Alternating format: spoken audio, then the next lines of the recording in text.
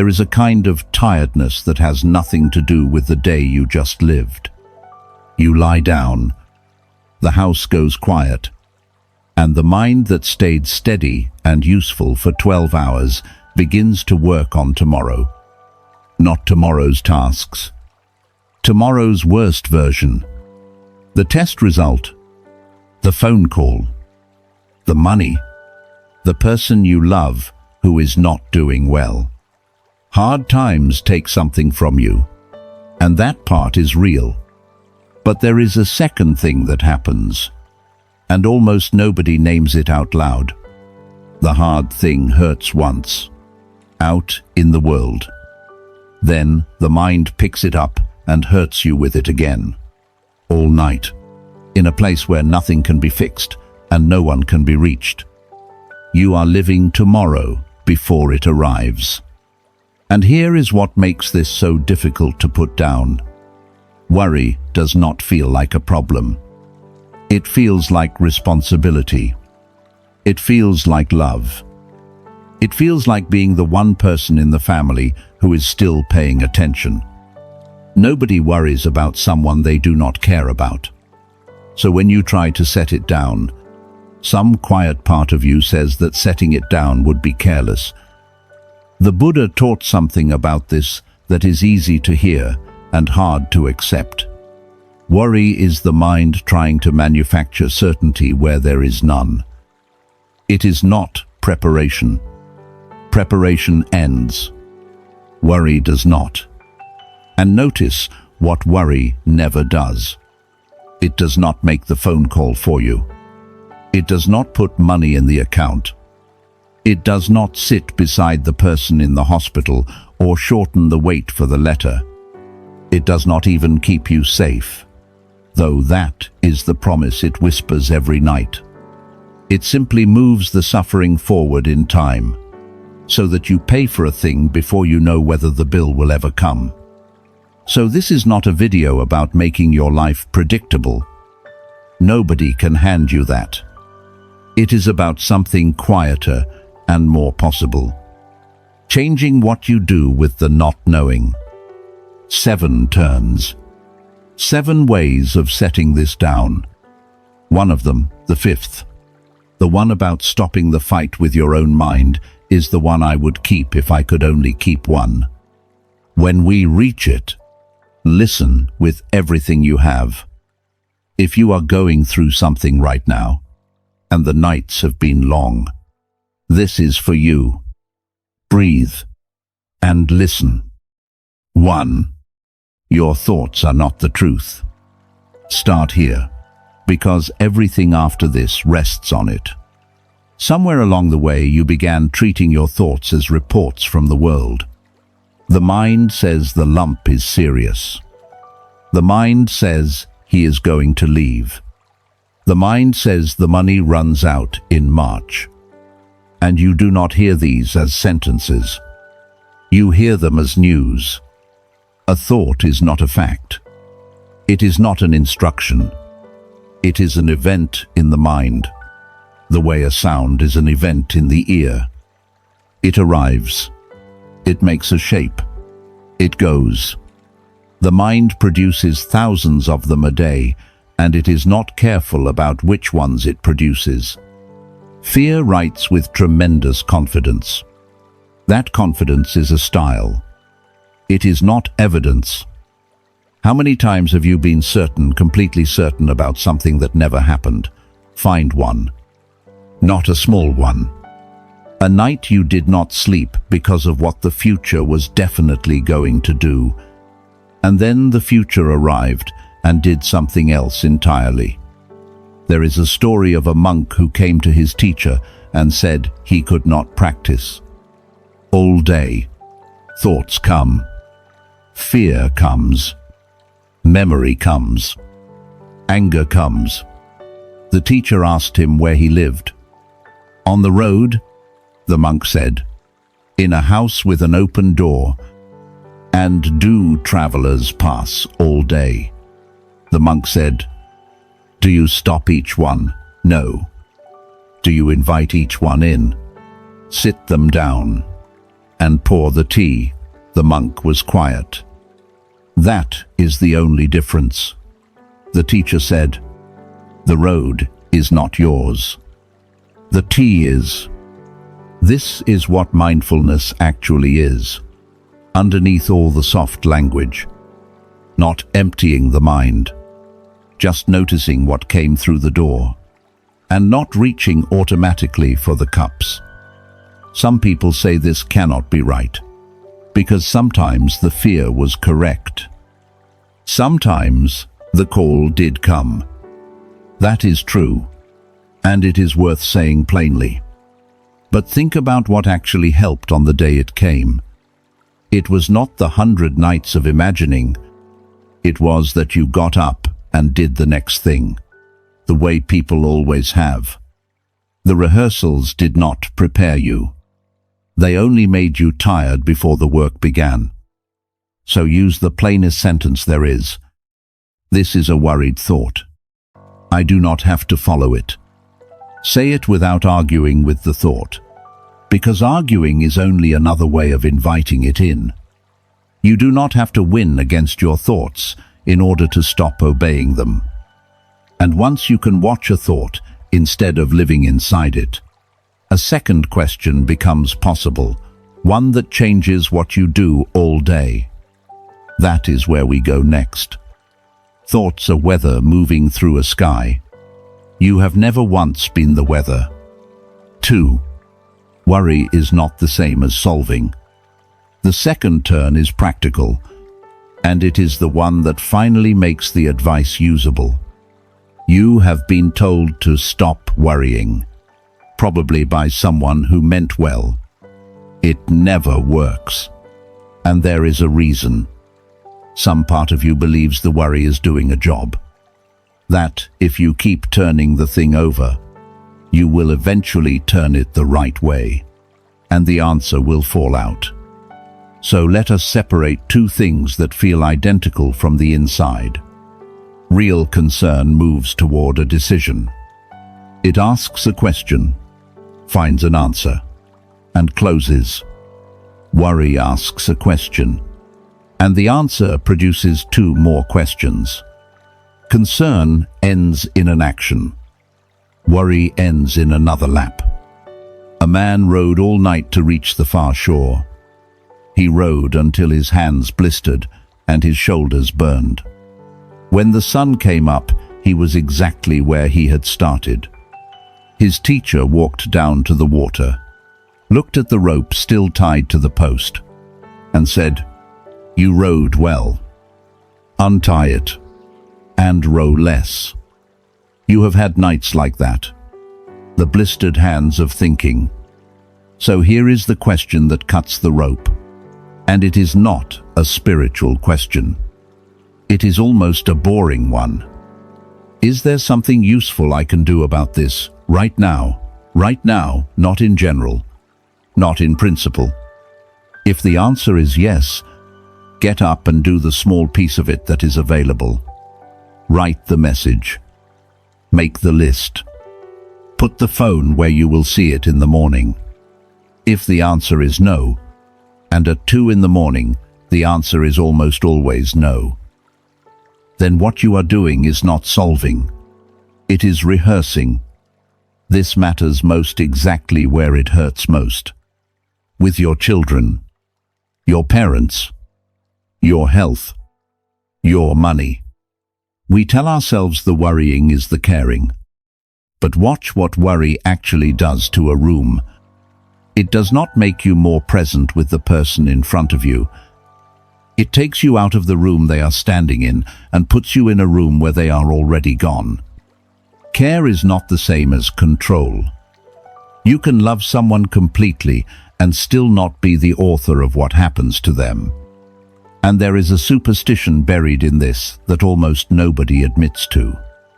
Somewhere inside, we believe the worrying protects them. That as long as we hold the fear, the thing cannot happen. And that the moment we relax, that is when life will strike. Say it out loud and you can hear that it is not true. Your sleepless nights have never once changed a diagnosis or a decision made in someone else's kitchen, 300 miles away. You are allowed to put down a job that was never actually being done. And once you stop asking your mind to solve what cannot be solved tonight, a deeper question surfaces, the one underneath every worry you have ever had. That is where we go next. Worry rehearses the loss. Love attends the life. 3. Life never promised you certainty. The third turn goes underneath the first two. And we are getting close to the teaching I promised you. Follow almost any worry far enough down, and you do not find a problem. You find a demand. Tell me it will be fine. Tell me the results are clean. Tell me he comes back. Tell me I will not become a burden to my children. Tell me there will be enough. The mind believes that if it can just get certainty, it can finally rest. So it asks. And life, which has never once given a guarantee to anyone, says nothing at all. And the mind takes that silence as a reason to ask harder. There is one word from the old teachings I want to give you, and only one. Anicca. It means simply that nothing holds still. Not the good things, not the bad ones, not you. Most of us hear that as bad news. But turn it over. Impermanence is also the reason nothing you are living through right now is final. This month is not a life sentence. The thing pressing on your chest tonight has a shape, and shapes change, including this one. Uncertainty is not a flaw in your particular life. It is the condition of every life that has ever been lived, including all the ones that turned out well. And look at what you have already accepted without noticing. You get into a car. You eat food someone else prepared. You love people whose futures you cannot see. You have never had a guarantee about any of it, and you go on anyway, because some part of you already knows how to live without one. Worry is not you facing reality. Worry is you negotiating with it. How many times have you asked for reassurance, received it, and felt the relief drain away within the hour? That is the shape of the trap. Certainty is not something the mind can be given. It is something the mind keeps spending. A traveler stopped at the edge of a valley full of fog and refused to go on, because he could not see the village. His companion lifted the lantern and asked how far he could see. 3 steps, he said. Then you can see the whole road, she said. It only ever comes 3 steps at a time. Notice what she did not say. She did not say the fog would lift. She did not promise him the village. So, change the question you have been putting to life. Instead of asking, how can I know everything will be all right? Ask, can I be all right without knowing? That second question has an answer available tonight. The first one has never had one. And the moment you stop demanding certainty, a more honest question appears in its place. What is actually mine here? That is the next turn. You do not need the whole road. You need the next 3 steps. 4. What is yours, and what was never yours? The 4th turn is about where your hands can actually reach. Worry grows in the gap between what you care about and what you control. And for most of us, that gap is enormous, because we have quietly taken responsibility for things that were never handed to us. Another person's choices, the outcome of an illness, the economy, the passing of time. Whether our children are happy at 35. So draw the line honestly. because the line is real. Yours, what you do, what you prepare, what you say, and how you say it. Where you put your attention. How you respond when the news comes. Whether you are kind on a difficult day. Not yours, what other people decide. How things finally turn out. The past. Aging. Whether the thing you fear arrives at all. A man planted a field and worried that it was growing too slowly. Each evening, he went out and pulled every young shoot a little higher. To help. By the end of the week, the field was dead. His neighbor stood at the fence and asked him one question.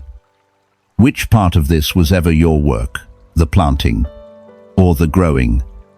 Letting go does not mean you stop caring.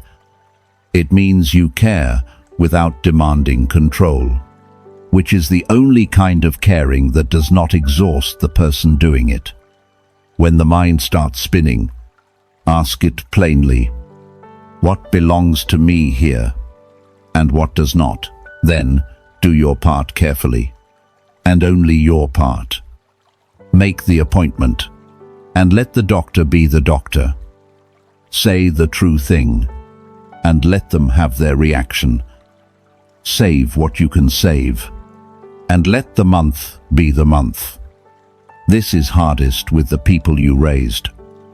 You can give a grown child everything you have, your advice, your money, your open door, and you still cannot give them your experience. They will have to buy their own. Watching that happen is one of the loneliest feelings there is, and no amount of worry converts into wisdom they have not lived yet. What you can do is stay reachable.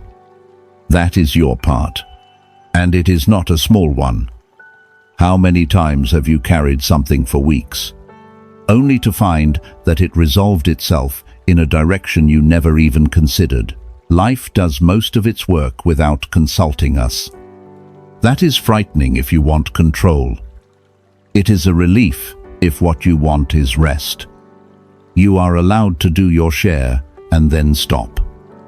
And when you finally stop reaching for what was never yours, you will notice one last thing you have been fighting, and it has been the closest one all along. Your work is the planting. The growing was never yours. 5. Stop fighting your own mind. We are here. This is the teaching I promised you. Listen to this one with everything you have. Somewhere in the last few years, you started fighting your own mind. It is understandable. The worry hurt, so you tried to get rid of it. And when it came back anyway, you took that personally. Now there are two problems where there used to be one.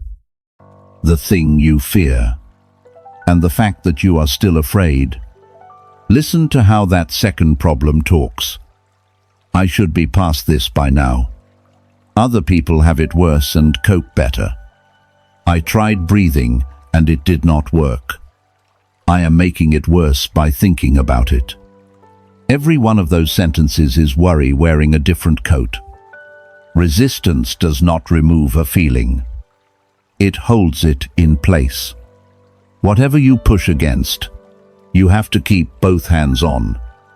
A student told his teacher that no matter what he did, the fear kept surfacing. The teacher gave him a wooden bowl and told him to hold it under the river. He held it down until the water pressed it against his palms and his arms began to shake. Then his hands slipped. The bowl rose, turned once on the surface, and drifted quietly away downstream. The teacher said nothing else. There was nothing else to say.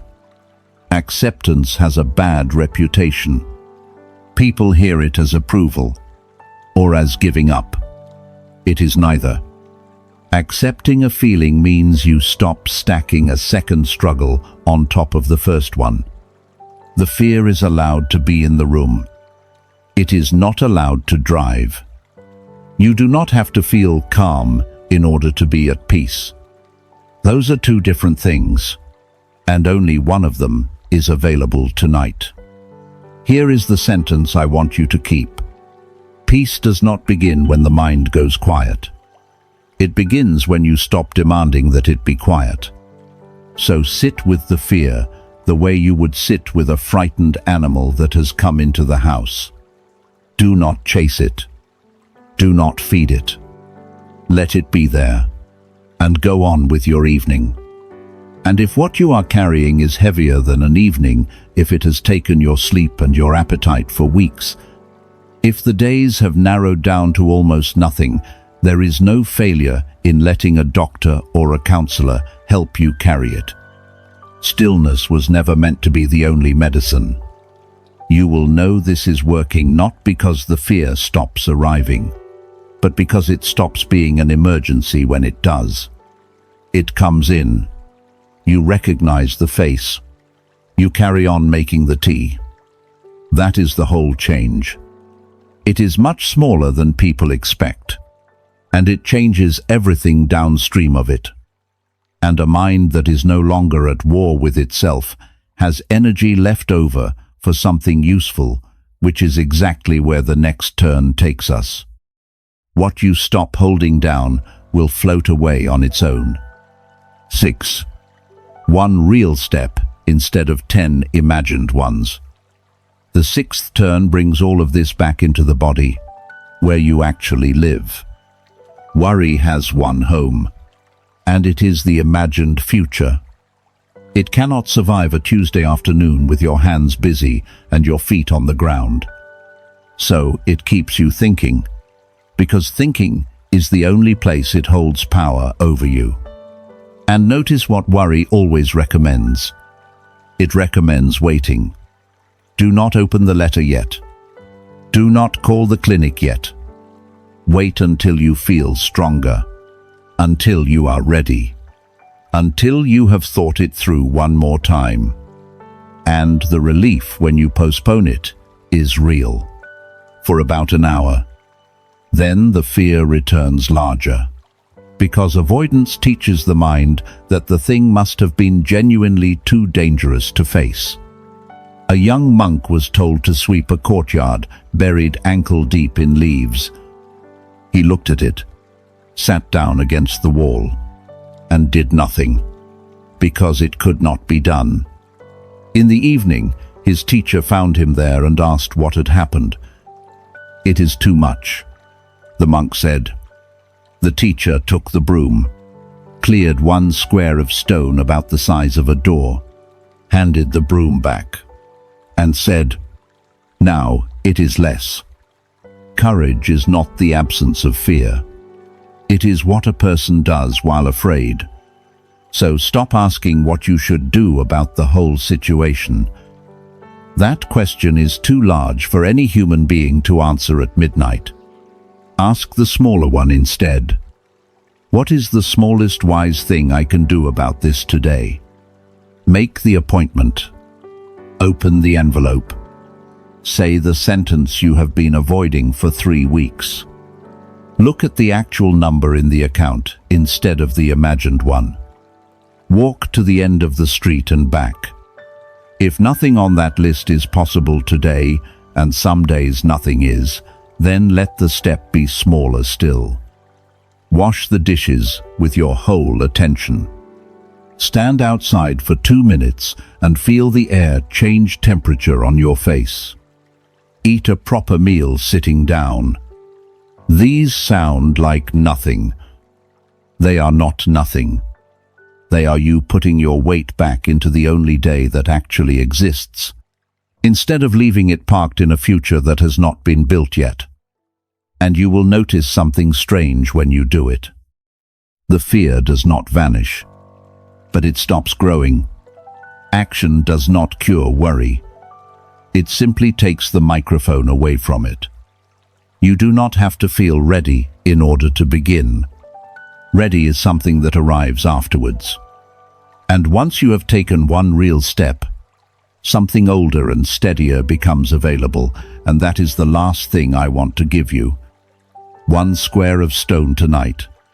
not the whole courtyard. 7. You will meet it when it arrives.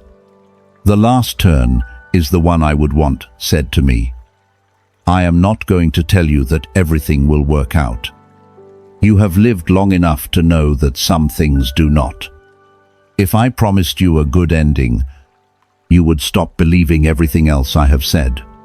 And you would be right too. But something steadier is available, and it does not depend on the future cooperating. Look backward for a moment. Not at the happy parts. At the parts you were afraid of in advance. There was a year you were certain you would not survive. A loss you thought would end you. A diagnosis. A leaving. A bill. A phone call at the wrong hour of the night. You did not know how you would get through it. You were right, you did not know. And you got through it anyway. By some method you could not possibly have described beforehand. That is the one thing worry can never account for. It plans in detail for the disaster, and it never once plans for you. An old woman told a monk she was afraid of the coming winter. She said she no longer had the strength for that much cold. He asked her how many winters she had lived. 79. She said, "And how did you get through the first one? I do not remember it." She said, "I was a child. Someone carried me." He looked at the wood stacked against the wall of her house and asked who had split it. She had. He nodded and put another piece on the fire. You have already survived every worst day of your life so far. Every single one of them. And that is what worry has been trying to solve. Underneath everything. It is not really trying to predict the future.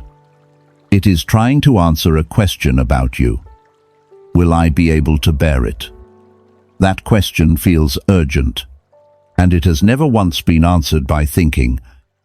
It gets answered on the day, by the person you turn out to be, and every piece of evidence you have says that person shows up, and the fear itself moves. Sit with a wave of it honestly, and you will find that the sharpest part lasts minutes, not hours. It rises. It crests. It thins out.